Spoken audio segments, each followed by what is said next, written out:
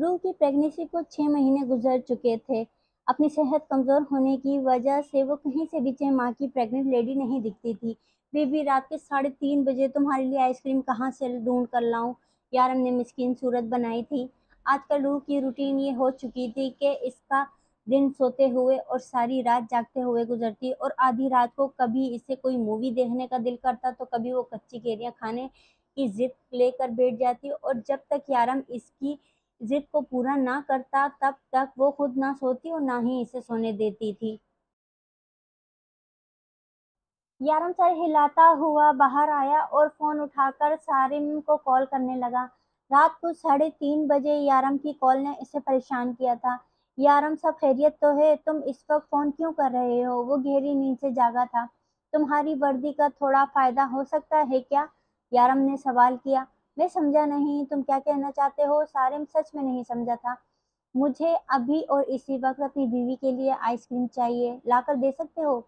आबादी से बाहर एक रेस्टोरेंट है, साएं साथ में आइसक्रीम पार्लर भी है, तुम्हें वहां से आसानी से मिल जाएगी। मैं इतनी रात को रूह को अकेला छोड़कर नहीं जा सकता। फिजर को मैंने किसी काम के सिलसिले में शहर से बाहर भेजा हुआ है। शारिफ को मुशारिफ ने उठने नहीं देना, यारम ने तफसील से बताया। सारिम ने एक नज़र घड़ी की तरफ देखा। इनकार करने का सवाल ही पैदा नहीं होता था। इतनी दूर जाने से बेहतर था कि वो अपनी वर्दी का थोड़ा बहुत टशन दिखाकर यहीं कहीं पास ही कोई पार्लर खुलवा ले। और शायद यारम ने भी वर्दी की बात इसीलिए की थी। मैं तकरीबन 15-20 मिनट में लेकर पहुंचता हूँ, सारिम ने फ़ोन बंद करते हुए कहा और फिर 15 मिनट के बाद आइसक्रीम इसके घर तक पहुंचा गया। इसे खाकर रूह पुरसुकून होकर सोई थी। डॉक्टर ने वैसे तो आइसक्रीम या ऐसी ही छोटी-मोटी चीज़ें बंद कर रखी थी, लेकिन यारम रूह को किसी भी चीज़ के लिए तरसा नहीं सकता था।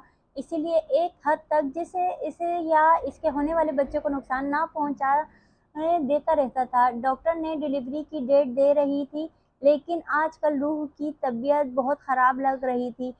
अभी इस 9 महीने मुकम्मल नहीं हुए थे, लेकिन इसके बावजूद भी रूह की तबीयत हर दर्जा ख़राब रहने लगी थी, जिसकी वजह से यारम बहुत परेशान था। वो रूह के लिए डॉक्टर्स की पूरी टीम रख चुका था, जो इसकी नन्ही ज़रूरत को पूरा करने के लिए हमेशा तैयार रहती, जो इसकी ज़रा-सी तकलीफ़ पर भागकर इसके पास आते थे। लेकिन ये दर्द तो कुदरत का निज़ाम था, जिसे सहना सब औरतों के लिए एक बराबर था। यारम हर वक़्त इसके पास रहता था, वो काम पर जाना भी छोड़ चुका था। रूह से ज़्यादा अहम तो इसके लिए कुछ भी नहीं था और अब तो इसका बच्चा भी इसकी अहमियत का तलबगार था। वो हर वक्त इसका साया बने इसके साथ-साथ रहता था। अभी भी रूह आँखें मूंदे हुए थी। यारम इसके सिरहाने बैठा, इसके बालों में उँगलियाँ फेरने लगा। इसे महसूस करते हुए वो मुस्कुराई थी, लेकिन थोड़ी ही देर के बाद इसे दर्द शुरू होने लगा। नर्स ने इसे फ़ौरन अस्पताल ले जाने का मशवरा दिया, जिस पर यारम ने अमल किया था। मिस्टर यारम, पेशेंट की हालत बहुत ख़राब है। हम पेशेंट को पहले ही बता चुके थे। बच्चे या मदर में से किसी एक को बचाना मुश्किल हो जाएगा, लेकिन उन्होंने हमारी बात को सीरियस नहीं लिया और आपसे भी ये बात शेयर करने से मना कर दिया। हमें जिस चीज़ का डर था वही हो रहा है। हम दोनों में से किसी एक को ही बचा पाएँगे। आप इन पर साइन कर दें। आपको किसकी जान से ज़्यादा अज़ीज़ है? जबकि दूसरा पेपर इस बात की गारंटी है कि अगर कोई भी ऑपरेशन में जान से जाता है, तो अस्पताल ज़िम्मेदार नहीं होगा। डॉक्टर इसके हाथ में पकड़ाकर आगे जा चुकी थी। वो अभी तक इसकी बातों को समझने की कोशिश कर रहा था और वो जानती थी कि इसकी जान को खतरा है। लेकिन फिर भी इसने ये बात यारम से शेयर नहीं की। तो क्या ये बच्चा इसके लिए इतना अहम था? लेकिन इसके लिए इसकी रूह अहम थी। इसे रूह से ज़्यादा अहम तो इसके लिए अपनी जान भी अहमियत नहीं रखती थी। लेकिन अगर इसने रूह को बचा लिया और ये बच्चा ना रहा, तो क्या रूह इसे माफ़ करेगी? क्या वो दूसरे बार अपना बच्चा खोने का हौसला पैदा कर सकेगी? और वो भी इस कंडीशन में कि वो कभी दोबारा माँ भी नहीं बन सकती। आज पहली बार यारम को लग रहा था कि इसका सब कुछ लुट रहा है और वो कुछ नहीं कर सकता। खिज़र ने इसके कंधे पर हाथ रखा तो यारम ने बिना इसकी तरफ देखे अपनी रूह को बचाने के लिए पेपर पर साइन कर दिए। हर गुज़रता लम्हा एक इम्तिहान से कम नहीं था। अंदर इसकी रूह का ऑपरेशन चल रहा था और वो बाहर बैठा बेचैनी से आने वाले लम्हात का इंतज़ार कर रहा था। न जाने क्या होने वाला था। वो बस अल्लाह से अपनी रूह की ज़िंदगी की दुआएं मांग रहा था। शायद इनके नसीब में औलाद का सुख लिखा ही नहीं, वो बस ये मुश्किल लम्हात गुज़ारने का इंतज़ार कर रहा था। वो जानता था कि वो अपनी रूह को समझा सकता है, वो इसे बताएगा कि बच्चा ना होना कुदरत का फ़ैसला है, जिसे इन दोनों को कबूल करना होगा। रूह न जाने किस तरह रिएक्ट करेगी, क्या वो इसे माफ़ कर सकेगी, दूसरी बार अपना बच्चा खोकर एक अच्छी ज़िंदगी गुज़ार सकेगी? और जब इसको पता चलेगा कि वो दोबारा कभी माँ भी नहीं बन सकती, तो क्या बीतेगी इसके दिल पर? कहीं वो अपने बच्चे का गुनहगार इसे ना समझे। 4 साल के तवील इंतज़ार के बाद इसे मौका मिला था अपनी ममता को सुकून पहुँचाने का, अपनी ममता किसी पर नसार करने का, किसी के नन्हे वजूद को अपने सीने से लगाने का, लेकिन इनकी ये खुशी भी इनसे छिन चुकी थी। डॉक्टर ने कुछ ही देर में आकर बता देना था कि इसका बच्चा इस दुनिया में नहीं रहा, लेकिन रूह के लिए भी ये ऑपरेशन बहुत खतरनाक था। वो हर गुज़रते लम्हे के साथ नज़र लाल बत्ती पर जमाए हुए था, जहाँ से कभी भी कोई भी फैसला आ सकता था। यारम, हम और तो कुछ नहीं कर सकते, लेकिन दुआ तो कर सकते हैं। खिज़र इसके कंधे पे हाथ रखते हुए बोला, दुआ करो कि रूह ठीक हो जाए। हाँ यारम भाई, आप तो कहते हैं ना कि अल्लाह रूह से बेइंतहा मोहब्बत करता है, तो वो हमारी रूह को इस कंडीशन से ज़रूर निकालेगा। और बच्चे का क्या है, लोग हज़ार बच्चे गोद लेते हैं, अगर रूह की कंडीशन ज़्यादा ख़राब हो गई तो हम इसके लिए एक बच्चा गोद ले लेंगे, इसकी हालत सँभल जाएगी, वक़्त हर दर्द का मरहम है। शारिफ इसकी दूसरी तरफ बैठते हुए बोला, अगर अल्लाह रूह से इतनी मोहब्बत करता है तो वो इसे इसी की औलाद क्यों नहीं देता? सारे इम्तिहान मेरी रूह के लिए ही क्यों बनाए हैं? वो रूह को खुशियाँ देकर खुशियाँ छीन क्यों लेता है? जब सब कुछ ठीक हो जाता है तो फिर वो ख़राब क्यों करता है? क्यों रूह पर पुरसुकून ज़िंदगी नहीं गुज़ार सकती? क्यों खिज़र क्यों? खिज़र हैरानगी से यारम के ये नाशुकराना अल्फाज़ सुन रहा था। आज पहली बार इसे यारम के लबो लहजे पर यकीन न आया। इसे नाशुक्री से नफ़रत थी और आज रूह की इस हालत को देखकर वो खुद नाशुक्री कर रहा था। इस वक़्त इसकी आँखों में आँसू बस बहने को बेचैन थे, लेकिन शायद वो अपने आँसू बहाना ही नहीं चाहता था। अगर वो इससे इतनी मोहब्बत करता है तो क्यों नहीं दे देता इसे इसकी हिस्से की खुशियाँ? वो खिज़र के चेहरे की तरफ देखते हुए बोला, जब अचानक डॉक्टर बाहर आया। बहुत-बहुत मुबारक हो मिस्टर यारम, बेटा हुआ है। आपकी मिसेज़ की कंडीशन इतनी ख़राब थी कि हमें लगा कि शायद हम किसी एक को ही बचा पाएँगे, लेकिन वक़्त रहते सब कुछ कवर अप हो गया। नर्स थोड़ी ही देर में आपका बेटा बाहर ले आएगी। डॉक्टर इसे हाथ में मिलाता इसे हैरानगी में घिरे देखकर मुस्कुरा दिया, जबकि इससे पहले कि वो आगे बढ़ता यारम इसे रोक लिया था। मेरी रूह कैसी है? इसके लहजे की बेचैनी डॉक्टर को भी एक लम्हे के लिए परेशान कर दिया था। अभी तो मैंने बताया कि इनकी कंडीशन काफ़ी बेहतर है। पहली प्रेगनेंसी की वजह से कंडीशन काफ़ी क्रिटिकल हो गई थी, लेकिन हमने वक़्त रहते इनकी कंडीशन पर काबू पा लिया। फ़िलहाल वो बेहोश हैं। इन्हें 2-3 घंटों में हो जाएगा। जब तक आप अपने बेटे से बातें करें। इसकी हालत ऐसी थी कि डॉक्टर बहलाने वाले अंदाज में कहने लगा, नहीं मुझे मेरी रूह को देखना है। यारम ने एक नज़र नर्स की तरफ देखा जो बच्चे को सफ़ेद कपड़े में छुपाए इसके पास ला रही थी। इस व्हाई नॉट? आप अपनी मिसेज़ के पास रह सकते हैं जब तक इनको होश आता है। इन्हें थोड़ी ही देर में रूम में शिफ्ट कर दिया जाएगा। डॉक्टर इसका कंधा थपथपाता आगे बढ़ चुका था। फिर नर्स के हाथ से इस प्यारे से बेबी को लेकर इसकी तरफ कदम बढ़ाते हुए आए, लेकिन यारम ने इसकी तरफ देखा भी नहीं। यारम, रूह और तुम्हारा बेबी दोनों बिल्कुल ठीक हैं। इस तरफ देखो तो सही, कितना प्यारा है ये। वो बच्चे को अपने हाथों में लिए यारम को इसकी तरफ मुतवज्जा कर रहा था। खिज़र, मैंने बहुत नाशुक्राना अल्फाज इस्तेमाल किए हैं ना, देखा इस पाकज़ात ने एक पल में दिखा दिया कि वो जिसे चाहे जितना चाहे नवाज़ता है। इसने मेरे लिए इम्तिहान की घड़ी रखी है और मैं इसमें सब्र करने के बजाय शिकायत करने लगा। कितना कमअक्ल इंसान हूँ ना। मैं इसकी ज़ात के तकाज़ों को समझ ही ना सका। मैं समझ ही ना सका कि वो पाक ज़ात हर जगह मौजूद है, हमें सुनती है, हमें देखती है। कितनी जल्दी इसने अपने आप को मुझ पर ज़ाहिर कर दिया। मैं सबसे पहले इसके पास जाऊँगा और इस छोटे कार्टून को अपनी रूह के साथ ही देखूँगा। लेकिन पहले इसका तो शुक्रिया अदा कर लूँ जिसने औकात से बढ़कर नवाज़ा है। अपनी आँखों में आए आँसू को और हाथों से साफ करता वो मुस्कुराया, जबकि खिज़र भी मुस्कुराते हुए बेबी को शारिफ के गोद में डाल चुका था, जो कब से बेचैन था इसे देखने के लिए। यारम शुक्राने की नफ़िल अदा करने जा चुका था और शारिफ को ये नन्हा सा फरिश्ता यारम और रूह की नहीं बल्कि अपनी कॉपी लग रहा था। यारम ने रो रो कर अल्लाह से माफ़ी मांगी थी और अपने शुक्र नाशुक्री पर वो बेहद शर्मिंदा था। इसका अल्लाह इसे बहुत चाहता था और अपनी मोहब्बत में इन दोनों को एक बहुत प्यारा सा तोहफ़ा भी दे डाला था। अल्लाह रहीम व करीम है। रूह से मिलने से पहले इसने अपनी गलती को की माफ़ी मांगी थी। इतना नाशुक्रा वो कभी भी नहीं था।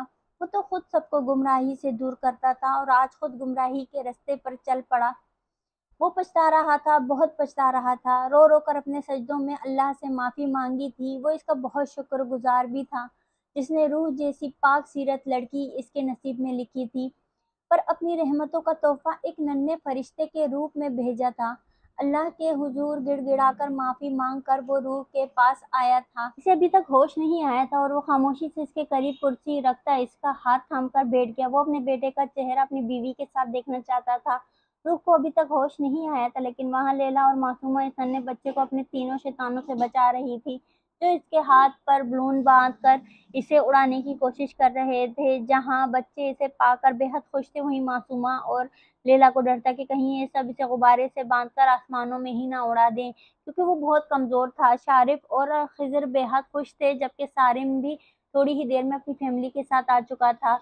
अस्पताल में इतना रश ने ये डॉक्टर को परेशान कर दिया था, लेकिन सारिम ने कमरे का दरवाज़ा बंद करके कह दिया कि शोर की आवाज़ बाहर नहीं जाएगी। और अब सारिम के दोनों बच्चे भी यारम के मासूम से बेटे को उड़ाने की कोशिश कर रहे थे। ये अलग बात है कि शोनू को ये सब कुछ बिल्कुल पसंद नहीं आया। जैसे ही लैला ने छोटे मियाँ को कॉट में लिटाया, शोनू इसकी रखवाली के लिए इसके सर पर बैठ गया और अब शोनू के डर से कोई भी छोटे मियाँ के पास नहीं आ रहा था, सिवाय माहिरा के। सबसे बड़ी होने की वजह से इसे थोड़ी बहुत समझदार होने का खिताब हासिल था। मामा, इसका नाम क्या होगा? माहिरा बेबी की गाल चूमते हुए उर्वा से पूछने लगी। वो तो इसकी माँ होश में आने के बाद बताएगी, उर्वा ने मुस्कुराते हुए कहा, जबकि यारम की निगाहें अभी भी सिर्फ और सिर्फ रूह पर ही अटकी हुई थीं, जो इस शोर शराबे की वजह से अब आहिस्ता आहिस्ता अपनी आंखें खोल रही थी। इसकी आंखें खोलते हुए एक नज़र पूरे कमरे में मौजूद हर शख्स पर डाली। यारम इसके बेहद करीब था। वो इसे देखते हुए इसके पास बैठा था। रूह ने उठकर बैठने की कोशिश की, लेकिन इससे उठा ना गया। लेकिन इसके चेहरे पर किसी किस्म की खुशी नहीं, बल्कि एक डर, एक खौफ था, जो यारम बहुत अच्छे से महसूस कर चुका था। वो आहिस्ता से कुर्सी से उठकर इसके पास बैठा और इसे अपने साथ लगाते हुए उठाया। यारम, मेरा बच्चा कहाँ है? सब ठीक तो है ना? यारम, प्लीज कुछ बोलें। आप खामोश क्यों हैं? इसकी आंखों से आंसू बहने लगे। सब कुछ ठीक है रूह, प्लीज रिलैक्स। यारम इसका माथा चूमते हुए इसके बाल सहला रहा था, लेकिन रूह को सुकून ना आया। तो मेरा बच्चा कहाँ है? प्लीज बताएं मुझे। वो यारम का कॉलर झंझोड़ते हुए बोली। रूह, क्या हो गया है तुम्हें? रिलैक्स हो जाओ, बेबी यहीं पर है, अभी सोया है। बच्चे इसे सोने नहीं दे रहे थे। वो तो शुक्र है कि शोनू का रोब थोड़ा चल गया, वरना हमारी तो कोई सुनता ही नहीं है यहाँ। उर्वा ने उठकर कॉट से बेबी उठाया और इसके पास ले आई। रूह, तुम्हारा बेटा मिस्टर छोटे मियाँ, फिलहाल हमने यही नाम रखा है, बाकी इस पर्सनैलिटी पर सूट करने वाला नाम तुम खुद रख लेना। वो शरारत से मुस्कुराते हुए बेबी इसकी गोद में रख चुकी थी। इसके सफेद कपड़े से इसका चेहरा ढका हुआ था। अरे छोटे मियाँ, अब अपने बाबा को भी अपना चेहरा भी दिखा दें, उर्वा ने शरारत से कहते हुए इसके चेहरे से सफेद कपड़ा हटाया।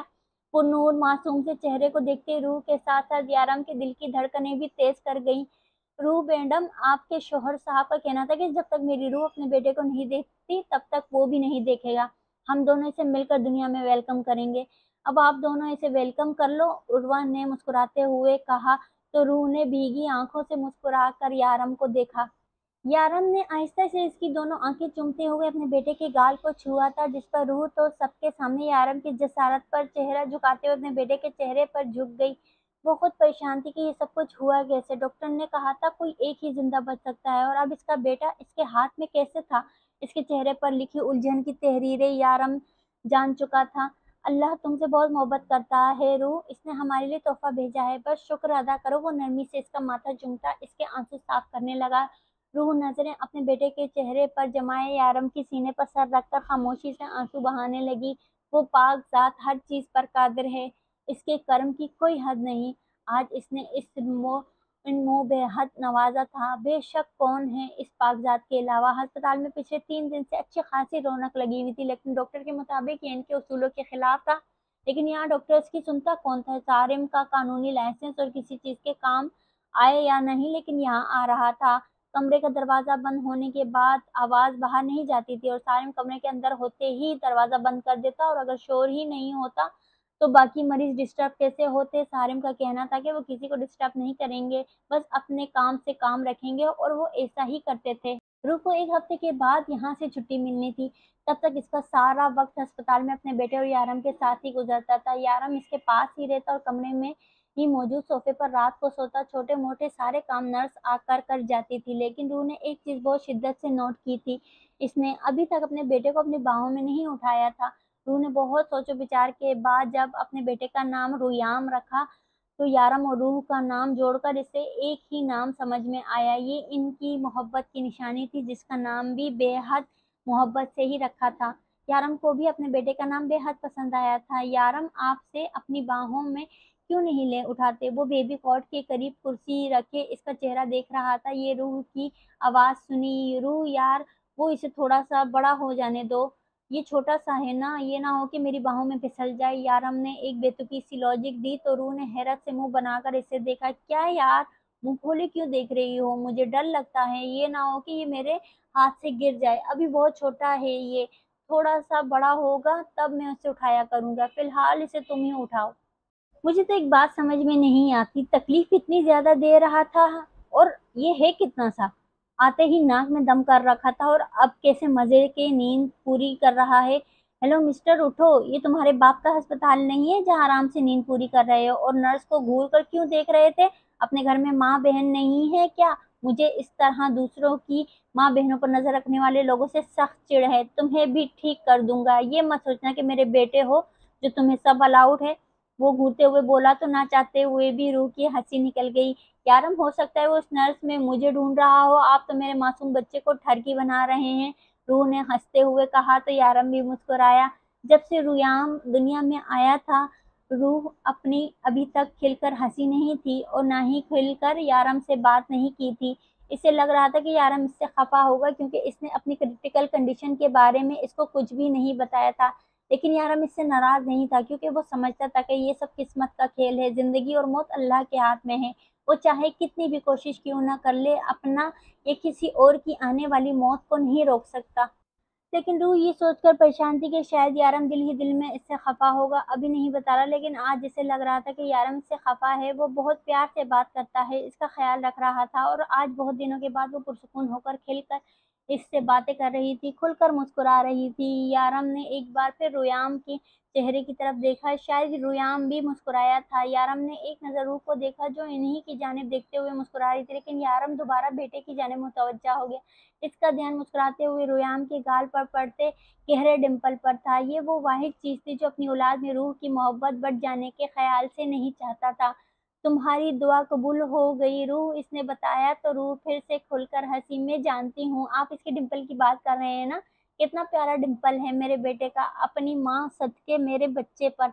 यारम प्लीज उठाकर दीजिए, मुझे इसके डिंपल पर किस करना है। वो एक्साइटेड होकर अपने दोनों हाथ फैलाए इससे रुयाम मांग रही थी क्योंकि फिलहाल डॉक्टर ने इसे बेड से उठने से मना किया था। मैं ये नहीं कर सकता यार, मेरे हाथ से गिर गया तो कुछ नहीं होता, छोटा सा तो है, आप उठाकर दे दें मुझे।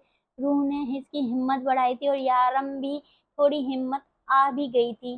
इसने बहुत नरमी से रुयाम को अपनी बाहों में उठाया और अपने सीने से लगाया। अब वो बहुत छोटे छोटे कदम लेता इसे रूह की जानिब लेकर जा रहा था। ये नन्हा सा एहसास बिल्कुल नया था, इसे यकीन नहीं आ रहा था कि ये फूल सा नाजुक वजूद इसकी औलाद है।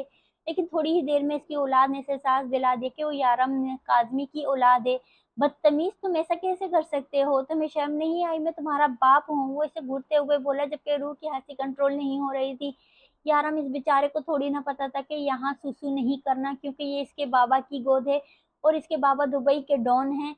रूह ने मसनूई मस्कीन सी शक्ल बनाते हुए इसके हाथों से रुयाम को ले लिया। नर्स की बच्ची कहाँ गई? क्या इसे पता नहीं कि अस्पताल में बच्चे को पैम्पर पहना कर रखते हैं? अपनी भीगी शर्ट को देखकर अब इसे नर्स पर भी गुस्सा आ रहा था, लेकिन रूह से अपनी हंसी कंट्रोल नहीं हो रही थी। वो मेरे शहजादे, तूने वह क्या काम किया है जो आज तक कोई नहीं कर सका? रोह ने रोयाम के गाल चूमते हुए बोली। रूह की जिद पर यारम आज चौथे दिन ही से अपने साथ वापस घर लेकर जा रहा था। डॉक्टर ने एक हफ्ते की रेस्ट के लिए कहा था, लेकिन रूह अपने बच्चे को अस्पताल में नहीं रख सकती थी। इसे लगता था कि यहाँ अच्छे खासे शख्स की सेहत खराब हो जाएगी। वो बेचारा तो अभी भी पैदा हुआ है और इसकी सेहत भी काफी नाजुक थी और वो अपने कमजोर से बच्चे को अस्पताल में बिल्कुल नहीं रखना चाहती थी। इसे अस्पताल की नर्सों की नहीं बल्कि अपनी माँ की जरूरत थी।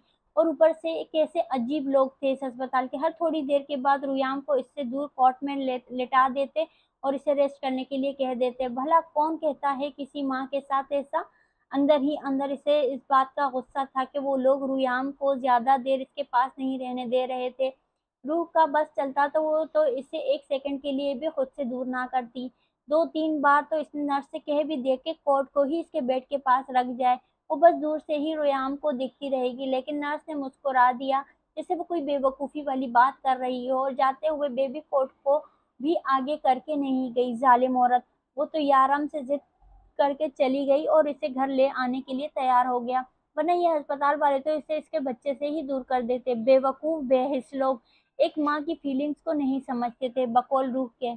एक तो इतनी मन्नतों मुरादों के बाद इसे एक बच्चा मिला था, वो भी इन अस्पतालों की जुल्म की नज़र हो रहा था। खिज़र और शारिफ ने तो बहुत मना किया, कहा कि अभी रूह को अस्पताल में ही रहने दो, हम सब यहाँ इसका बहुत ख्याल रखेंगे, लेकिन रूह के झूठे आंसुओं पर यह आराम पिघल गया और अब रूह सुकून से वापसी की तैयारी कर रही थी। ये सब क्या है? बड़े-बड़े कॉटन को अस्पताल के अंदर रखते हुए आदमी को देखा कर डॉक्टर ने पूछा, सर ये बेबी पैम्पर्स हैं, यारम कादमी की तरफ से ऑर्डर मिला है। आदमी ने तफसील बताई तो डॉक्टर हाँ में सर हिलाता यारम के पास चला आया। सर आपने अस्पताल में इतने ज़्यादा पैम्पर्स क्यों मंगवाए हैं? क्योंकि आपकी नर्स बता रही थी कि इतने बड़े अस्पताल में पैम्पर्स खत्म हो गए हैं और मेरे बेटे को बगैर पैम्पर के रखा गया था। मुझे ये बात बिल्कुल पसंद नहीं आई। यारम इसे घूरते हुए इस अंदाज में बोला जिसे कह रहा हो आइंदा कभी पैम्पर्स खत्म नहीं होने चाहिए। जबकि खिज़र और शारिफ को एक बार फिर से हंसी आने लगी। उन्होंने ये नज़ारा लाइव तो नहीं देखा था, लेकिन रूह ने ऐसे चटखारेदार अंदाज में इन्हें पूरी कहानी सुनाई थी कि अभी तक याद करते ही इन्हें हंसी आ जाती। Thank you so much sir, doctor शुक्रिया अदा करते हुए आगे बढ़ गया। जबकि यारम ने एक नज़र पीछे मुड़कर देखा जहाँ खिज़र और शारिफ अपना कहकहा रोके हुए सुर्ख चेहरे के साथ खड़े थे। तुम लोगों को यहाँ खड़े रहने के लिए नहीं बुलाया है मैंने, जाओ रूह का सामान उठाकर गाड़ी में रखो, और हाँ, इस नमूने को भी साथ उठाकर ले जाना।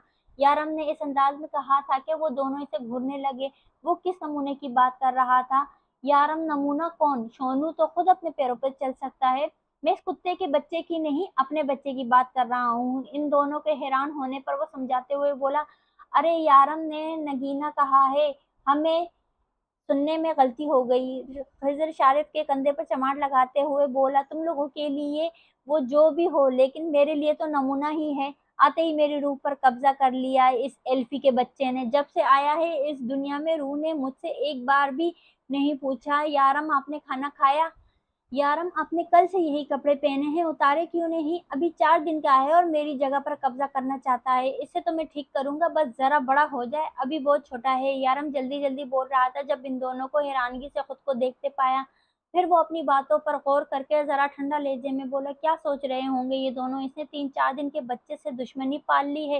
यारम ने सोचते हुए बात बदल ली, और वो दोनों जो हैरानगी से देख रहे थे बेसाख्ता कहकहा उठे, यारम इतनी जेलसी यार, क्या हो गया है? तुम्हारा बच्चा है, वो आखिर रूह के साथ ही रहेगा ना? खिज़र इसके कंधे पर हाथ रखते हुए इसे समझाने लगा, फजूल बोलना बंद करो, जितना कहा है इतना करो। यारम इसका हाथ झटकता अंदर चला गया, जबकि खिज़र और शारिफ को अपनी हंसी रोकना दुनिया का सबसे मुश्किल तरीन काम लग रहा था। हा हा हा, डॉन बना फिरता है, अब पता चलेगा बेटा, डॉन के ऊपर भी एक डॉन होता है। वो दोनों कहकहा लगाते हुए सामान उठाने निकल गए। रूह यारम ने कहा है कि रोयाम को गाड़ी तक ले चलो। चलो, तुम उठाकर नहीं चल पाओगी, अभी तुम्हें खुद सहारे की जरूरत है। इसे शारिफ उठा लेगा और तुम्हें मैं थाम कर चलूंगा, सिर्फ सहारा दूंगा। गाड़ी में बैठते ही तुम रोयाम को अपनी गोद में ले लेना। और शारिफ कौन सा इसे दूसरी गाड़ी में लेकर जाने वाला है जो तो इसे उठाने ही नहीं दे रही? खज़र ने समझाते हुए कहा। यारम इसके डिस्चार्ज पेपर तैयार करवाने जा चुका था, जबकि रूह अब ये जिद कर रही थी कि वो खुद इसे अपनी गोद में उठाकर बाहर लेकर जाएगी। पता नहीं बच्चे के मामले में रूह बहुत ज्यादा टची क्यों होती जा रही थी। इसका दिल चाहता था कि वो हर वक्त रोयाम को अपनी गोद में ले कर रखे, वो तो इसे एक पल के लिए भी अपनी आंखों से ओझल ना होने दे। शारिफ ने बहुत आहिस्तगी से इसकी गोद से रोयाम को उठाया। खिज़र रूह के कर हाथ फैलाते हुए इस शारिफ के साथ ही बाहर ले आया। रूह की जज्बाती तबीयत को समझते हुए शारिफ ने एक कदम भी इससे फासले पर नहीं उठाया था। वो इसके बिल्कुल बराबर चल रहा था, बल्कि साथ साथ ही वो दोनों रुयाम की नक्शो निगार पर गौर कर रहे थे। वो सिर्फ यारम से बेहद मिलता था, बल्कि इसकी आंखों का कलर भी यारम जैसा था और चेहरे पर पड़ता गहरा डिंपल इसके छोटे से चेहरे को मजीद रोशन बना देता था। रूह, अपने बच्चे को बचा कर रखना, तुम्हारा शौहर तुम्हारे बेटे से बहुत जलता है। खिज़र ने साथ ही इसे राज की बात बताई थी। क्या हो गया है आपको मामू? भला कोई बाप अपने बेटे से जल सकता है? रूह ने हंसते हुए कहा। तुम अभी तक यारम काज़मी को नहीं जानती रूह। वो अपनी मलकियत पर सिर्फ अपना हक समझता है और यहाँ ये जनाब छोटे मियाँ इसकी मलकियत में हिस्सेदार बनने आ गए हैं। अब यहाँ पर जेलिसी तो बनती है ना। खिज़र का अंदाज मजे लेने वाला था, जबकि इसकी बात को समझ कर ना चाहते हुए भी रूह मुस्कुराई। मेरे यारम अपने बेटे से बहुत प्यार करेंगे। रूह ने फौरन यारम की साइड ली थी। अरे तो हमने कौन सा कहा यारम इससे प्यार नहीं करेगा? यारम इससे बहुत प्यार करता है और बेशक वो इसे तुमसे भी ज्यादा चाहेगा, लेकिन तुम्हारा ध्यान यारम से भी हटना नहीं चाहिए, वरना दुबई में बाप बेटे की ऐसी जंग छिड़ेगी कि तुम कभी भूल नहीं पाओगी। खिज़र का अंदाज डराने वाला था, जबकि नीचे से उतरते ही यारम ने अपने नमूने को अपनी गोद में ले लिया और साथ ही खिज़र ने अपना हाथ हटाते हुए यारम को रूह को थामने का मौका दिया। चलो निकलो तुम लोग, पिछली गाड़ी में आओ। वो इन दोनों को ऑर्डर दे रहा था और साथ ही शारिफ को गाड़ी का दरवाजा खोलने का इशारा भी कर डाला। हमें भी रुयाम के साथ चलना है, शारिफ ने कहा, जबकि इनसे पहले शोनू गाड़ी के अंदर बैठ चुका था। मैंने कहा पिछली गाड़ी में आओ, या तुमने सख्त लहजे में कहते हुए रूह को गाड़ी में बिठाया और रुयाम के सोए हुए वजूद को आहिस्ता से इसकी गोद में रख दिया। खिज़र और शारिफ दूर तक इनकी गाड़ी को देखते रहे। यार, हमसे ज्यादा तो इन दोनों की जिंदगी में इस कुत्ते की अहमियत है। कैसा कुत्ता है, अपने बाप की गाड़ी समझकर फौरन बैठ जाता है। शारिफ ने अपने दिल की भड़ास निकाली। एक तो वैसे भी रुयाम के चेहरे से नजर हटाने का दिल नहीं करता था और ऊपर से यारम ने इतने काम दे डाले थे। खिज़र आहिस्ता से अपना हाथ इसके कंधे पर फैलाते हुए इसे चलने का इशारा करने लगा, क्योंकि यारम का ऑर्डर फॉलो करने के अलावा कर ही क्या सकते थे। यारम, आप शारिफ भाई को आने देते हैं ना साथ? इनका कितना दिल था कि रुयाम के साथ आने का। आज पहली बार सफर के दौरान रूह की नजरें ना तो यारम के चेहरे की तरफ थी और ना ही बाहर सड़क की तरफ। वो मुसलसल रुयाम को देखते हुए बोल रही, रूह, मुझे थोड़ी प्राइवेसी चाहिए। कितने दिन हो गए हैं तुम्हें ठीक से देखा ही नहीं। वो आहिस्ता से झुककर इसके चेहरे को एक हाथ से थामकर इसके गाल पर लब रखते हुए पीछे हटा, जबकि इसकी बेबाकी पर वो एक पल में सुर्ख हो चुकी थी। यारम की क्या हरकत है, ड्राइविंग पर फोकस करें। वो सुर्ख होते हुए इसे डांट कर बोली, जबकि यारम मुस्कुराया। इधर कैसे फोकस करूं जब साथ में इतनी हसीन बीवी बैठी हो? और अगर शारिफ का चेहरा तुम्हें इतना ही उदास लग रहा था तो तुम रोयाम को इसके हवाले कर देती। रोयाम इसके साथ आ जाता, लगे हाथ हम रोमांस करते हैं। वो कहते हुए एक बार फिर से इसके गाल पर झुका। यारम, बाज आ जाए, आप रोयाम को देख रहे हैं ना? इसने ये रोयाम की तरफ इशारा किया, जो अपने दोनों गाल गोल आंखें खोले अपने बाप को घूरे जा रहा था। बड़ा ही कोई बेशरम है, माँ बाप को रोमांस करते हुए नहीं देखते हुए इसकी आंखें बंद करते हुए इसके छोटे से चेहरे पर अपना हाथ इंतहाई नरमी से रखकर उठाते हुए बोला, जबकि इसकी इस हरकत पर इसके गाल के डिंपल नुमाया हुए, जैसे देखकर मुस्कुराते हुए रूह ने इसके गाल पे अपने लब रखते हुए छुआ। बहुत ही गलत बात है रूह, कभी मेरे डिंपल को इस तरह से नहीं छुआ तुमने, यारम ने इसे घूरते हुए कहा। आप और इसका भला क्या मुकाबला, ये तो मेरा छोटा सा बेटा है, मेरी जान, मेरे जिगर का टुकड़ा है।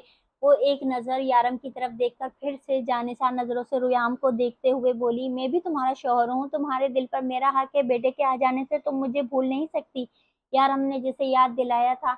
यारम, मैं आपको नहीं भूली, क्या हो गया है आपको? वैसे आप हैं कौन, क्या मैं आपको जानती हूँ? यारम की बात पर रूह पहली तो जज्बाती अंदाज में बोली, लेकिन फिर शरारत से बात बदल गई। घर चलो फिर बताता हूँ कि मैं कौन हूँ, इसके अंदाज पर वो मुस्कुराते हुए बोला, जबकि सच तो ये था कि यारम की नज़र भी बार बार भटक कर रुयाम के चेहरे की तरफ जा रही थी। रुयाम के चेहरे से नजर हटाने का इसका भी बिल्कुल दिल नहीं कर रहा था, लेकिन मजबूरी ये थी कि इसे गाड़ी भी चलानी थी। सबका कहना था कि इसके सारे नक्श यारम से मिलते हैं, और अगर ऐसा था तो बेशक यारम बचपन में बहुत ही प्यारा बच्चा हुआ होगा, क्योंकि इसका बेटा बेहद प्यारा था और ये बात वो दिल से कबूल करता था। यारम ने लंबा रास्ता लिया था और इन्हें आने में काफ़ी देर हो गई थी। दूसरे रास्ते पर चढ़ाई ज़्यादा थी और वो रूह और अपने बच्चे को बिल्कुल सेफ्टी से घर लाना चाहता था। शारिफ और खिज़र पहले ही इनके घर पहुंच चुके थे, जबकि लैला और मासूमा अपने बच्चों समेत पहले ही से यहाँ थी, और सारिम भी अपने सारे काम काज छोड़कर फैमिली के साथ आज इन्हीं के पास था। सबने बहुत खुशी से रुयाम को घर में वेलकम किया। लैला और मासूमा ने तो पूरे घर को ही सजा डाला था। अस्पताल में ली गई पहले दिन की तस्वीर को फ्रेम करके घर की सेंटर वाली दीवार पर लगाया था, जहां रूह और यारम एक साथ बैठे रुयाम को अपनी गोद में लिए मुस्कुरा रहे थे। सबके हाथों में रुयाम के लिए तोहफे थे जिनसे खेलने के वो फ़िलहाल काबिल तो नहीं था, लेकिन वो सारे तोहफे एक से बढ़कर एक थे। रुयाम को पहले दिन के कपड़े खिज़र के घर से पहनाए गए थे, क्योंकि खिज़र बहुत फ़ख्र से इस बात को कबूल कर रहा था कि वो रुयाम का नाना है। हाँ, लेकिन लैला को नानी बनते हुए बहुत अजीब लग रहा था। अब क्या सिर्फ़ 29 साल की उम्र में वो नानी बनती अच्छी लगती क्या? लेकिन अब तो हर किसी को बहाना मिल गया था इसे छेड़ने का, और तो और अब यारम इसे बुलाता रुयाम की नानी के नाम से था। शारिफ रुयाम को अपनी गोद में लिए सब बच्चों को इससे मुतारिफ करवा रहा था। वैसे तो वो सब इससे मिल भी चुके थे और इसे गुब्बारे बांध कर उड़ाने की कोशिश भी कर चुके थे, लेकिन घर आने के बाद वो एक नए अंदाज में इससे मिले। मुशारिफ साहब का तो कहना था कि वो अकेले ही इसीलिए इसे अपने साथ ही ले चलेंगे, लेकिन इसकी बात सुनकर यारम ने कहा था कि अपने बाप से राब्ता करो, वो तुम्हें बहन भाई दे सकता है, हमारे बच्चे पर नज़र रखने की बिल्कुल ज़रूरत नहीं है। अब जो भी था, अपने चंद दिन का बच्चा तो इसे बहुत प्यारा था। सबके जाने के बाद यारम इसे एक कमरे में आने का इशारा करते हुए खुद अंदर चला गया। रूह आहिस्ता से रुयाम को उठाती शोनू को इशारा करती इसके पीछे चली गई। ये एक बेहद प्यारा कमरा था जो किसी बच्चे के लिए सजाया और बनाया गया था। इससे पहले कल तक ये एक्स्ट्रा बेडरूम था जिसमें एक बेड और सोफे के साथ किसी मेहमान के रहने की मुकम्मल जगह बनाई गई थी। कैसा लगा हमारे रुयाम का कमरा? यारम ने मुस्कुराते हुए पूछा। कमरे में एक मिनी साइज का बेड था। हर तरफ खिलौने ही खिलौने थे। कमरे को पूरा ब्लू कलर किया गया था, जिसकी वजह ये थी कि यारम को पता चला था कि बेटे की सेहत पर नीला कलर अच्छा असर करता है, जबकि बेटी की सेहत पर हल्का गुलाबी कलर अच्छा असर करता है। बहुत प्यारा कमरा है यारम, ये आपने सजाया? रूह को यकीन नहीं आ रहा था। ऑफ कोर्स मैंने बनाया है अपने बेटे के लिए। वैसे मैं बहुत अच्छा डिज़ाइनर नहीं हूँ, लेकिन एक छोटी-सी कोशिश की है। वो आहिस्ता रुयाम को रूह की गोद से लेते हुए बेड पर लिटा चुका था, जहाँ वो पुरसुकून नींद के मज़े लेता। इतना प्यारा लग रहा था कि रूह का दिल किया कि अभी जाए और इसे प्यार करने लगे।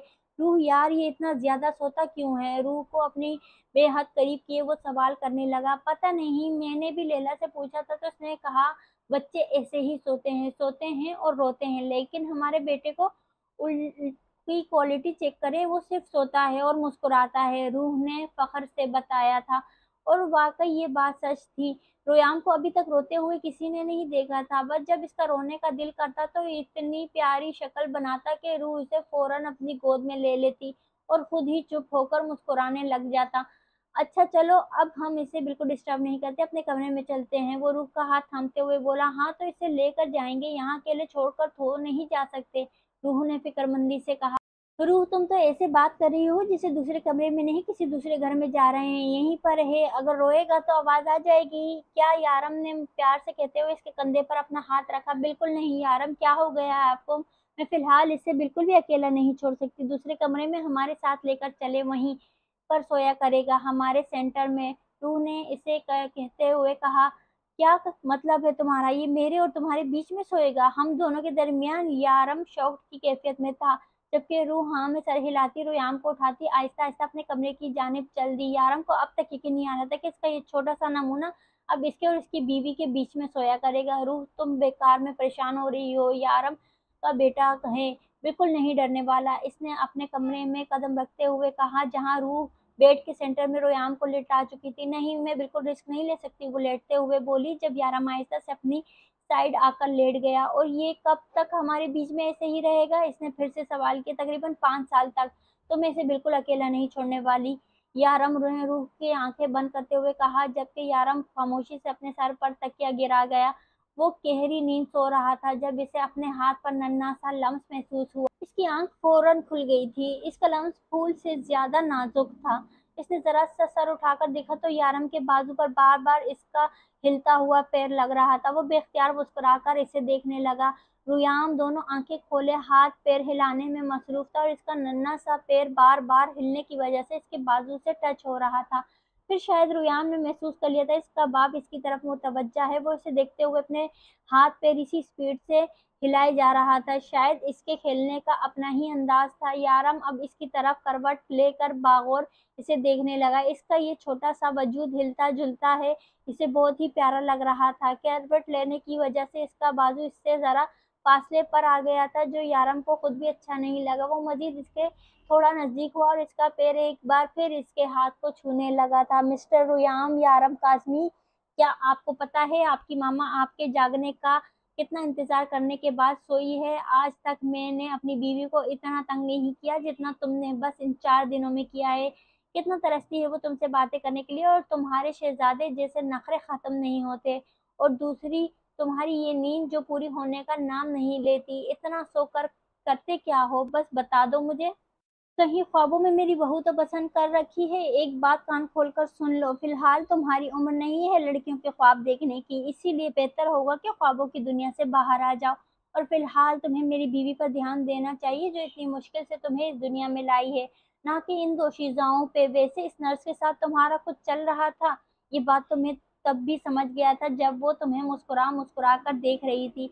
और एक और बात कान खोलकर सुन लो, तुम्हारे बाप ने कभी ऐसा काम नहीं किया। इसने एक ही लड़की को पसंद किया, इसी से शादी की और इसी से तुम जैसी ठरकी औलाद भी पैदा कर ली और अब इसी के साथ पूरी ज़िंदगी सुकून से गुज़ारूँगा। और तुम भी एक ही लड़की को पसंद करोगे, इसी के साथ शादी करोगे और इसी के साथ सारी ज़िंदगी गुज़ारोगे। जो उसूल मेरी ज़िंदगी के, वही उसूल तुम्हारी ज़िंदगी के भी होने चाहिए।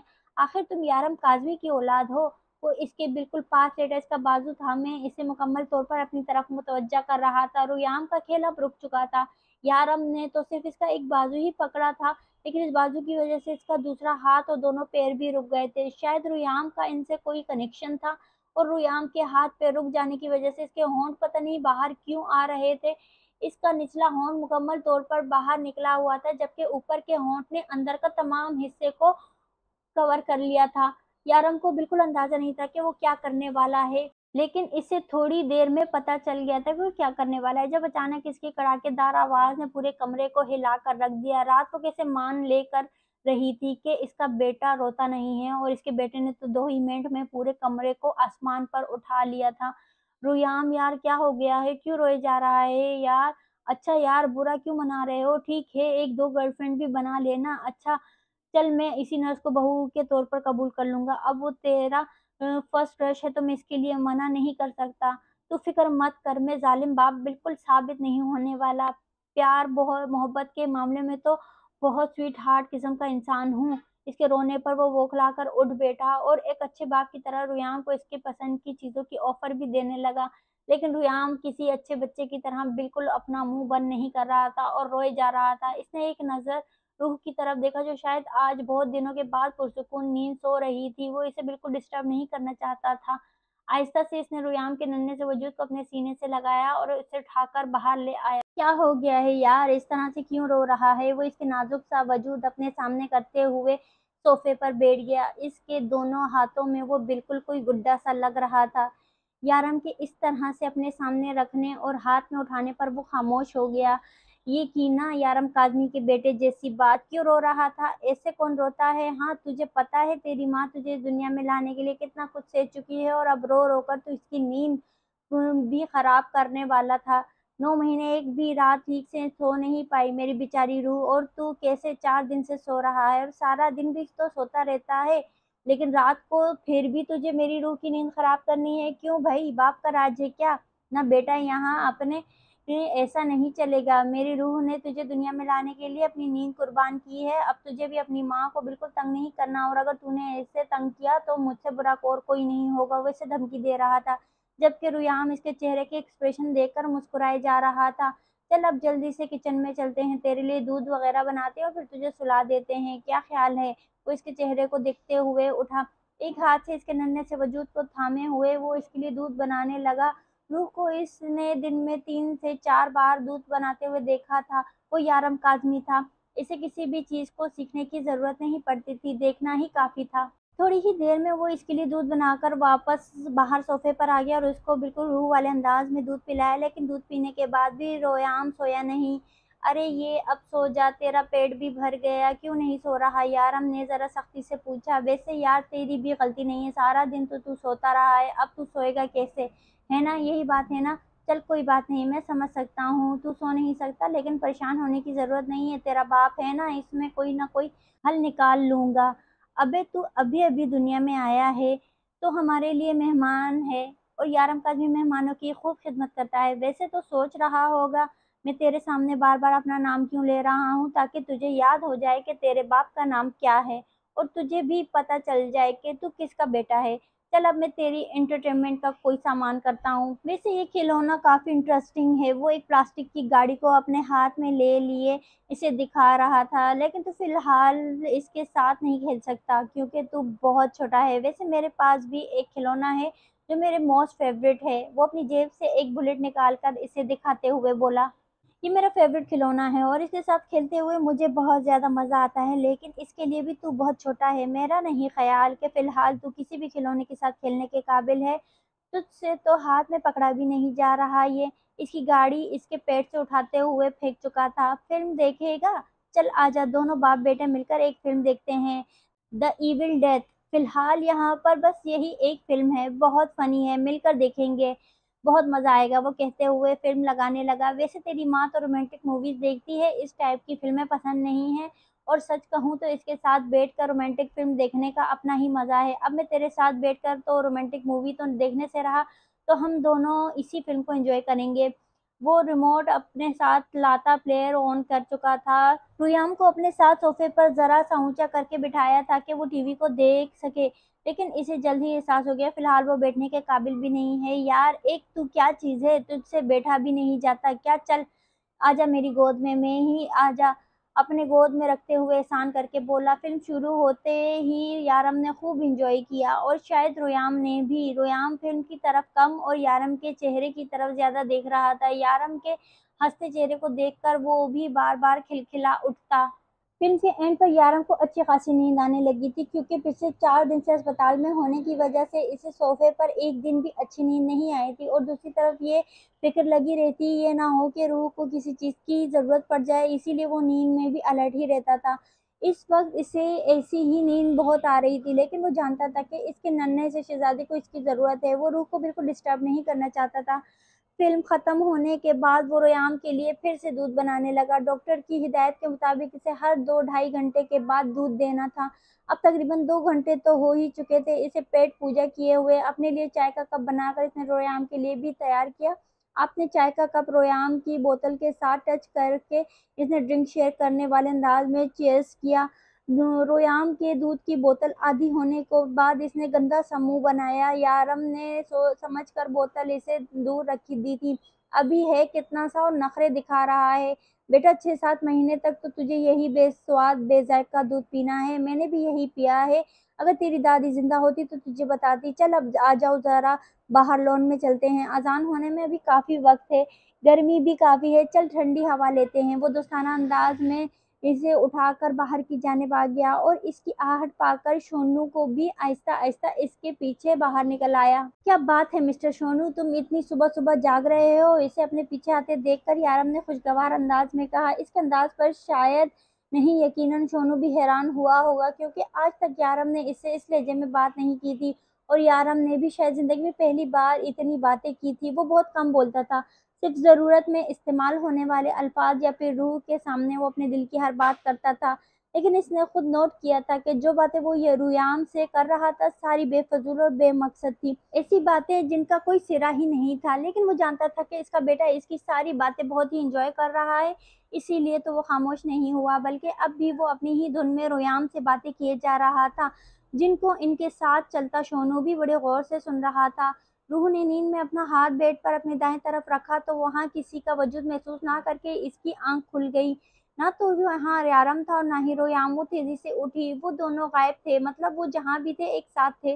जाहिर सी बात है रोयाम खुद से उठकर कहीं जा नहीं सकता था। इसकी नींद उड़ चुकी थी। वो बाहर की जानिब आने लगी जब खिड़की से लॉन में टहलते यारम को इसके गोद में रोयाम को देखा, जबकि सोनू इसके साथ-साथ आहिस्ता-आहिस्ता चल रहा था। इसने सुकून की सांस ली। रोयाम यारम के साथ था। वो बिल्कुल भी रो नहीं रहा था, बल्कि यारम की बातें इसे अच्छी लग रही थी। रूह चेहरे पर एक प्यारी सी मुस्कुराहट आई। इसने मुँह पर हाथ रखते हुए जमाई ली। थकावट से भरपूर अंगड़ाई लेकर वो दोबारा बेड पर आ गई। अपने ऊपर कंबल फैलाते हुए वो बेड पर लेटी और एक बार फिर से आँखें बंद कर ली। हाँ, इसे अब फ़िक्र नहीं थी क्योंकि वो जानती थी कि इसका यारम इसके रुयाम को सँभाल लेगा। थोड़ी देर पहले जो नींद इसे हाय बाय-बाय कहकर भाग गई थी, एक बार फिर से इस पर हावी होने लगी। थोड़ी देर में वो गहरी नींद में उतर चुकी थी। न जाने कब ठहरते-ठहरते रोयाम की आंखें बंद हो गई। यारम को बिल्कुल एहसास नहीं हुआ था कि वो सो चुका है। वो कब से इस नन्हे से वजूद को अपने साथ लगाए बस टहलता जा रहा था। ये बेमकसद बेमंजिल से सफ़र इसे बहुत अच्छा लग रहा था। सोनू ने भौंकते हुए इसे बताना चाहा कि रोयाम सो चुका है। पता नहीं कैसे वो जान गया था। यारम ने एक नज़र सोनू को देखा और फिर रोयाम की जानिब सोते हुए बिल्कुल कोई मासूम सा फरिश्ता दिख रहा था। अरे ये तो सो गया। यारम इसे देखते हुए मुस्कुराया तो सोनू भौंकते हुए उछला। जब यारम ने एक हाथ की उंगली अपने होंठों पर रखकर इसे चुप करवाया, शोर नहीं करना, सो गया है, चलो इसे बेडरूम में रखते हैं। वो सोनू को कहता हुआ आगे चल दिया और वो इसी के अंदाज में इसके पीछे पीछे आ रहा था। कमरे में कदम रखा तो रूह गहरी नींद सो रही थी। फर्क बस इतना था कि रात को वो गलती से यारम की जगह पर सो गई थी। इस वक्त वो अपनी जगह पर थी। यारम आहिस्ता से रोयाम को बेड पर लेटाया और खुद भी बेड पर लेट गया। जबकि सोनू कमरे में ही बने छोटे से गद्दे पर लेट चुका था। मिस्टर सोनू, मुझे तो बहुत नींद आ रही है, मैं सोने जा रहा हूँ, तुम भी सो जाओ, क्योंकि थोड़ी ही देर में वो सारे नमूने आ जाएंगे। इसने सबको याद करते हुए सोचा जो कल रात यहाँ से जाने का नाम ही नहीं ले रहे थे। शारिफ तो बार बार दरवाजे तक जाकर वापस आ जाता। खिजर तकरीबन इसे घसीटते हुए अपने साथ लेकर गया था। इसका बस चलता तो वो रोयाम को खुद से दूर ही ना करता। और कल इसमें जल्दी आने का वादा भी कर दिया। अब इसकी जल्दी कितने बजे होनी थी यारम को बिल्कुल अंदाजा नहीं था। इनके आने से पहले पहले वो अपनी नींद पूरी कर लेना चाहता था, क्योंकि वो जानता था कि बच्चों के शोर शराबे और शारिफ की मस्तियों में नींद तो इसे हरगिज नहीं आएगी। यारम की आंख 10 बजे के करीब खुली थी। दरवाजा बंद था लेकिन बाहर से हल्की हल्की आवाज आ रही थी। इस वक्त कमरे में इसके अलावा और कोई नहीं था। वो काफी देर तक छत को घूरता रहा। अपने बाजू ऊपर इसे भी अभी तक रोयाम का लम्स महसूस हो रहा था, जिसे महसूस करके वो मुस्कुराया। फिर फ्रेश होकर बाहर निकल आया, जहाँ तकरीबन सब लोग ही थे सिवाय सारिम के। इसे अपनी ड्यूटी पर जाना था, क्योंकि डॉन के यहाँ बेटा पैदा होने की खुशी में इसे छुट्टी तो हरगिज नहीं मिलनी थी। रोयाम इस वक्त मासूमा की गोद में था। रूह किचन में इसका दूध तैयार कर रही थी। इसने आहिस्ता से मासूमा को इशारा किया तो वो मुस्कुरा के रोयाम को इसकी गोद में रख गई। जब बच्चे होते हैं तो आपको सारी रात जागना पड़ता है। खिज़र इसे देखते हुए इस अंदाज में बोला कि यारम मुस्कुराया। हाँ, बस अल्लाह ने तोहफा दिया है तो संभालना तो पड़ेगा। वो रोयाम के चेहरे को नरमी से छूते हुए बोला। रूह बता रही थी कि तुम सारी रात जागते रहे, इसीलिए सुबह इसने तुम्हें जगाने नहीं दिया, और हमने भी पूरी कोशिश की कि हम बिल्कुल शोर शराबा ना करें। और कुछ सोनू साहब ने हम पर अपनी हुकूमत चलाई हुई थी। जरा सी आवाज़ नीचे होती तो वो गले पड़ जाता है। शारिफ ने कहते हुए लगे हाथों सोनू की शिकायत की। आज पहली बार यारम को वो इतना अच्छा लगा था। वैसे तो खिज़र ने अपनी बच्चियां पैदा होने के बाद लैला को 1.25 महीने कहीं भी आने जाने नहीं दिया था और ना ही ज़्यादा लोगों से मुलाकात करने दी थी। लेकिन रूह का मामला अलग था। वो बहुत कम लोगों को जानती थी और बहुत कम लोगों से ताल्लुक़ रखती थी, और यारम ने इस पर किसी किस्म की कोई पाबंदी नहीं लगाई थी। तभी तो वो बिल्कुल रिलैक्स थी और मज़े से अपने इन दिनों को एंजॉय कर रही थी। रुयाम को खिज़र के हवाले करके किचन में आया, जहाँ वो इसके लिए दूध बना रही थी। इसके किचन में आने पर इसने मुस्कुराकर यारम को देखा और फिर खुद इसके करीब आकर इसके गिर्द बाजू लपेटे इसके सीने पर सर रखकर बोली, यारम इंगू मिंगू सो मच। इसका अंदाज बहुत मीठा था। यारम मुस्कुराया। आई लव यू टू मेरा बेबी। इसके दोनों गालों को वो इंतहाई शिद्दत से चूमते हुए बोला। इससे पहले कि रूह से दूर होती इसे बाहर से रोने की आवाज़ सुनाई दी, और रोयाम के रोने पर वो दोनों बाहर की तरफ भाग गए थे। यार, इसको अचानक क्या हो गया, ये रोने क्यों लगा? शारिफ ने जैसे ही रोयाम को अपनी बाहों में उठाया, इसने रोना शुरू कर दिया। रूह और याराम किचन से भागते हुए आए थे। शारिफ ने फौरन रोयाम को रूह के हवाले कर दिया। अरे कुछ नहीं शारिफ भाई, परेशान मत हो, इसे भूख लगी है इसलिए रो रहा है। रूह रोयाम की पीठ सहलाते हुए बोली। अपनी माँ का लम्स महसूस करके वो फौरन खामोश हो गया था। पता नहीं भूख लगी है या किसी ने इसके कान में आकर सरगोशी की है कि इसका बाप इसकी माँ के साथ रोमांस कर रहा है। यारम से घूरते हुए बड़बड़ाया तो रूह इसे घूर कर रह गई। इस ऐसे क्या घूर रही हो? मुझे ये पहले दिन से ही बहुत तेज लगता है। बस तुम्हारे सामने मासूम शक्ल बनाते। यारम ने इसकी इन्फॉर्मेशन में इजाफा किया था। यारम, वो सिर्फ 5 दिन का बच्चा है। रूह ने इसे याद दिलाते हुए अंदाज में कहा। ये 4 दिन का बच्चा जरूर है, लेकिन इससे बच्चा मत समझो, बहुत पक्का है। ये रात में मैंने तुम्हारे माथे पर किस किया तो मुझे घूर कर देखने लगा, जैसे अपनी बीवी को नहीं इसकी माँ को किस किया हो। यारम इसके बिल्कुल सामने सोफे पर बैठा हुआ रोयाम के दूध की बोतल पकड़कर इसे बताते लगा। एक तो आप बिल्कुल ही मेरी समझ से बाहर हैं। सुबह कैसे प्यार कर रहे थे, सारी रात इसका ख़्याल भी रखा और अब इसके दुश्मन बने हुए हैं। रूह इसे घूरते हुए बोली, हाँ, तब तुम सामने नहीं थी ना, मेरे सामने तो बहुत शराफ़त से बैठा हुआ था। हम दोनों ने काफ़ी एन्जॉय किया, बहुत सारी बातें भी की, मैंने इसे समझाया भी कि तुम्हें बिल्कुल तंग ना करे। लेकिन देखो दोपहर होते ही ये बदल गया, फिर से तुम्हें तंग कर रहा है। इसे ज़रा एहसास नहीं है कि किचन में इसके माँ-बाप दोनों बिज़ी हैं। इसी तरह से गला फाड़-फाड़ कर रोकर पुकारने की क्या ज़रूरत थी? थोड़ा सब्र करना चाहिए था। इसे मैनर्स नाम की कोई चीज़ नहीं है इसके अंदर। अपने माँ-बाप को इस तरह से कौन डिस्टर्ब करता है? वो अच्छा ख़ासा बुरा मनाते हुए बोला तो रूह अपनी हँसी को कंट्रोल करने लगी, जो रुकने का नाम ही नहीं ले रही थी। यार हम आप 5 दिन के बच्चे के अंदर मैनर्स कहाँ से ढूँढने लग गए? वो अभी बच्चा है, हम इसे कुछ सिखाएँगे तो इसे कुछ आएगा ना। रूह का अंदाज़ समझाने वाला था, लेकिन यहाँ इसे समझने को तैयार कौन था? इंतहा की बद-इख़लाक़ औलाद है। हमारी रूह इसे तुम्हारे पेट के अंदर से ही सीख कर आना चाहिए था। इसे पता होना चाहिए कि ये कयारम काज़मी की औलाद है। वो इस अंदाज़ में बोला कि रूह की कोशिश के बावजूद भी अपनी हँसी रोक नहीं सकी। अल्लाह यारम क्या हो गया है आपको? वो अपनी हँसी रोकती बमुश्किल बोल ही पाई थी, जबकि इसे इस तरह हँसते देखकर बाकी सब इनकी तरफ मुतवज्जा हो गए। क्या हो गया है रूह? तुम्हें इस तरह से क्यों हँसी आ रही है? सबसे पहले लैला ने पूछा था। कुछ नहीं, बस ये जानना चाहती हूँ कि मेरे बेटे में मैनर्स कब से आएँगे? रूह एक नज़र यारम की तरफ देखकर लैला को बताने लगी, जबकि यारम शान बेनियाज़ी से सोफ़े पर बैठा टाँग पर टाँग रखे बहुत मज़े से बैठा था। रूह दिमाग ठिकाने पर है ना तुम्हारा? 4 दिन के बच्चे में कहाँ से मैनर्स आते हैं? अभी वो बुरा होगा, कुछ समझेगा तो कुछ सीखना शुरू करेगा। खिज़र को अंदाज़ डाँटने वाला था। अच्छा ऐसी बात है, मुझे तो लगा कि ये सब कुछ सीख कर आया होगा। यार मुझे लगता है हमें मेहनत करनी होगी इसे मेहनत सिखाने में। हमारा बच्चा बहुत बद-इख़लाक़ है और बहुत बदतमीज़ भी है, हमें बहुत मेहनत करनी होगी। वो यारम को देखती इसके कंधे पर हाथ रखकर हँसते हुए बोली, कितना फ़ज़ूल बोलती हो तुम रूह, क्या मुझे नहीं पता कि हमें इसके लिए मेहनत करनी होगी? अक़ल नाम की कोई चीज़ तुम्हारे अंदर है नहीं? ऑफ़ कोर्स हमें इसे मेहनत सिखाने होंगे, लेकिन पहले तुम इसे बड़ा तो होने दो, आहिस्ता-आहिस्ता सीखेगा। वो जब इसे कुछ समझ में आएगा। अभी तो इसको ये भी नहीं पता कि अपने मुँह में दूध की बोतल डालनी है या अपने ही पैर। थोड़ी देर पहले यारम ने इसे अपने ही पैर मुँह में डाले देखा कर हैरानगी का इज़हार किया था। हाँ, लेकिन रूह इसकी बात बदलने पर इसे देखने लगी, जो सारा इल्ज़ाम ही इसी पर लगा गया था और अब हर कोई इसको नसीहत कर रहा था कि तुम ज़रूरत से ज़्यादा जल्दी मचा रही हो। अभी रोयान छोटा है, इसे टाइम लगेगा सीखने में, समझने में और बड़ा होने में। फ़िलहाल तो इसे अपने माँ-बाप को पहचानने में ही 2 ढाई महीने लग जाएँगे। जबकि रूह खामोशी से इन सब की बातें सुनकर खुद को मुजरिम ठहराने जाने पर अंदर ही अंदर यारम से खफ़ा हो रही थी।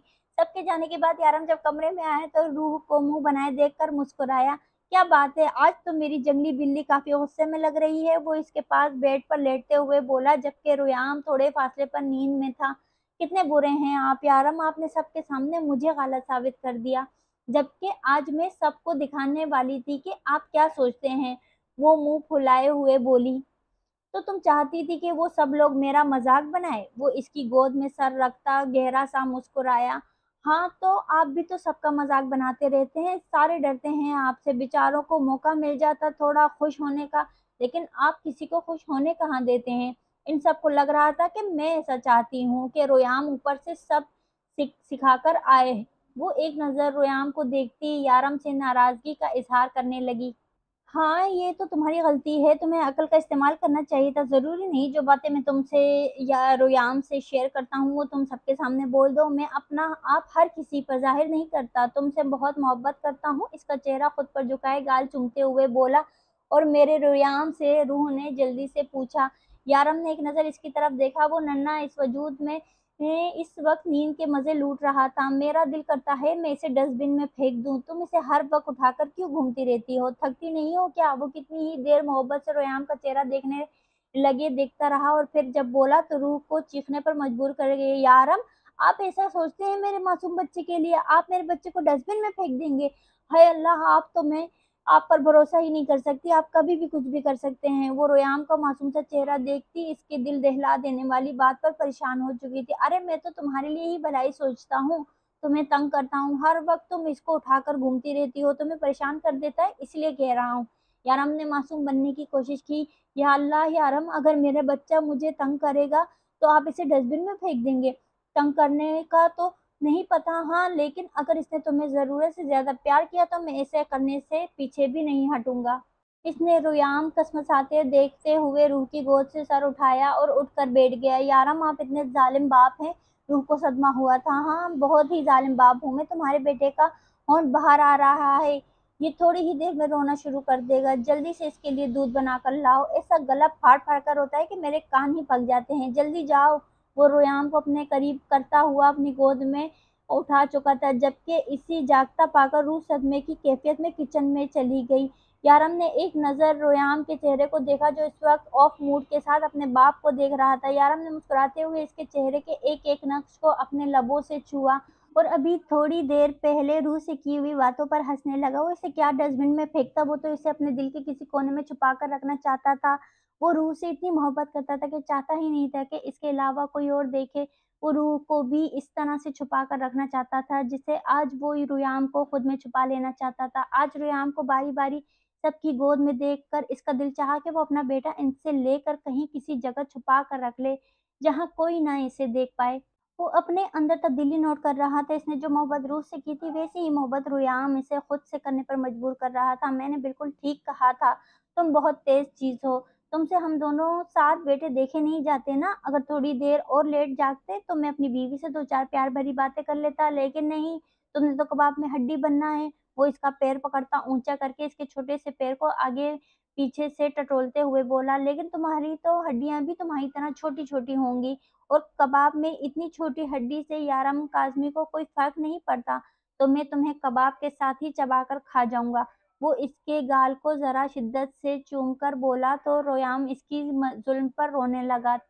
शायद यारम की मूंछ और दाढ़ी ने रोयाम के नाजुक नकूश पर जुल्म किया था। मिस्टर रोयाम साहब, ज़रा-ज़रा सी बात पर रोने की ज़रूरत नहीं है और अपने बाप के प्यार की आदत डालो। मैं तो ऐसे ही प्यार करूँगा। ज़रा बहादुर बनो यार, तू यारम काज़मी के बेटे हो, दुबई के डॉन के।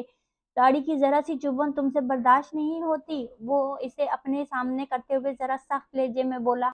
इसके इस तरह से सामने करने पर रुयाम ने रोना बंद कर दिया और एक बार फिर इसे घूरने लगा। इसका एक होंठ अब भी बाहर था। ओए, मुझे घूरना बंद कर, वरना तेरी माँ को बता दूँगा कि नर्स के साथ तेरा क्या चल रहा है। कुछ ज़्यादा ही शरीफ समझ रखा है इसने तुझे। लेकिन मैं तेरा बाप हूँ, बहुत अच्छे से जानता हूँ तू कितना बड़ा ठरकी है। यारम बोल ही रहा था कि रूह दूध की बोतल लेकर अंदर दाखिल हुई। अगर तुम और 2 मिनट लेट आती तो मैं इसे वाक़ई डस्टबिन में फेंक देता। कितना रोए जा रहा था ये। वो इसे फिर से तपाने लगा। हाँ, मुझे भी यही लगता था कि आप ऐसा ही करेंगे, लेकिन दूध बनाने के दौरान मैंने एक बात नोट की कि एक बाप कभी अपने बच्चे के साथ ऐसा नहीं कर सकता और मैं जानती हूँ कि आप इससे बहुत प्यार करते हैं। आप ऐसा कुछ भी नहीं सोच सकते, सिर्फ़ मुझे तंग करने के लिए ऐसा बोल रहे हैं।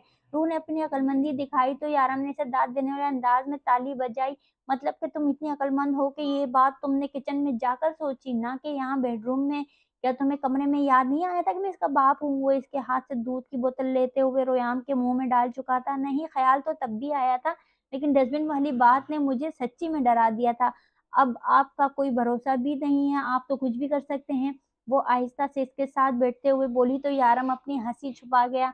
मैं वाक़ई कुछ भी कर सकता हूँ, मुझसे बहुत अच्छे की उम्मीद मत रखना। वो हँसते हुए बोला तो रूह मुँह बना गई।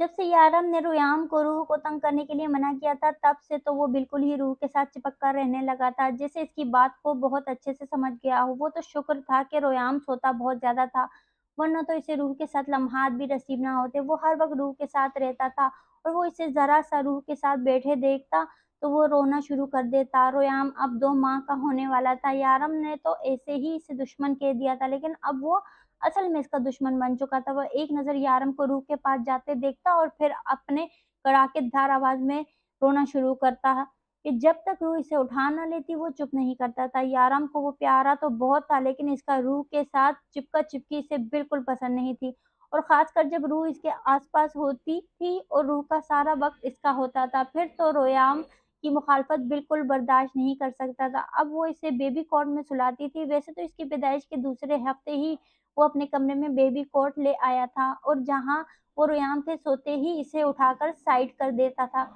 क्योंकि रूह को अपनी बाहों में भरे बगैर इसे पुरसुकून नींद नहीं आती थी। तो दोस्तों कहानी अभी जारी है। अगर आपको कहानी पसंद आ रही है तो कहानी को लाइक, और जिन दोस्तों ने मेरे चैनल को अब तक सब्सक्राइब नहीं किया तो आपसे गुजारिश है कि प्लीज़ मेरे चैनल को सब्सक्राइब करें और बेल आइकन दबा दें ताकि आने वाले अगले हिस्से की नोटिफिकेशन आप तक पहुंच जाए।